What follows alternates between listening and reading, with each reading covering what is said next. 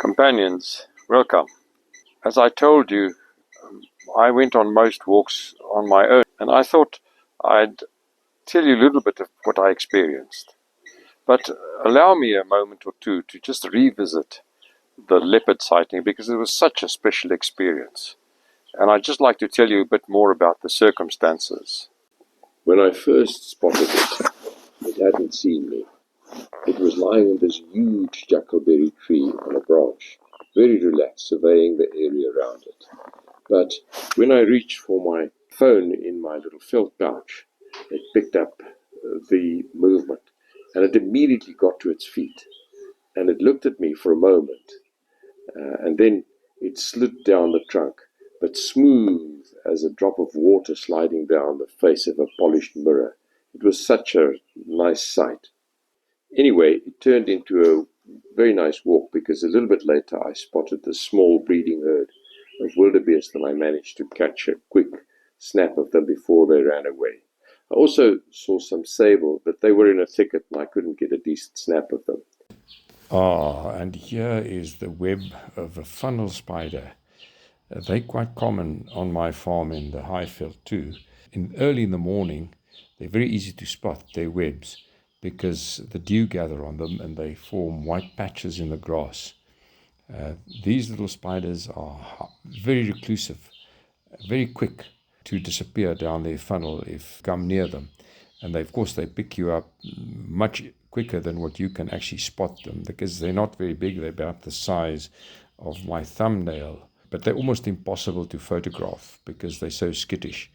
But I downloaded this photograph from the internet just to give you an idea what they look like. They sit hidden in their funnel, and then when an insect touches their web, they rush out quickly and they bite it, envenomate it, and then they carry it back into their funnel. I believe they're quite poisonous, but I don't know how you would get one to bite you because they're so reclusive and so shy and so quick to disappear. They pick up, of course, your presence from vibrations on the ground, and they can see extremely well. But then I got to a waterhole, and the area around it was, of course, as usual, trodden open, and there was just a profusion of game sign. I picked up this giraffe, and a little bit further on, some elephant dung.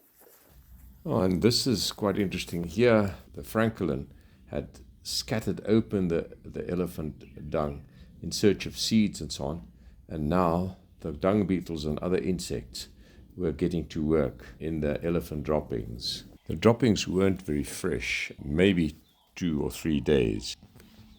And here is sable, also a little bit older, 2 or 3 days, I think. Some buffalo dung, interesting. Lots of game activity here. Some more sable there, and there's a really big bull sable imprint. Here's some elephant. It's a breeding herd because there are some young in between. Here is the imprint of a bull elephant. It's not huge, but it's quite a substantial bull. You can see it's round track, not like a cow, which is more oval in shape. And here is a kudu, and here's some buffalo spoor.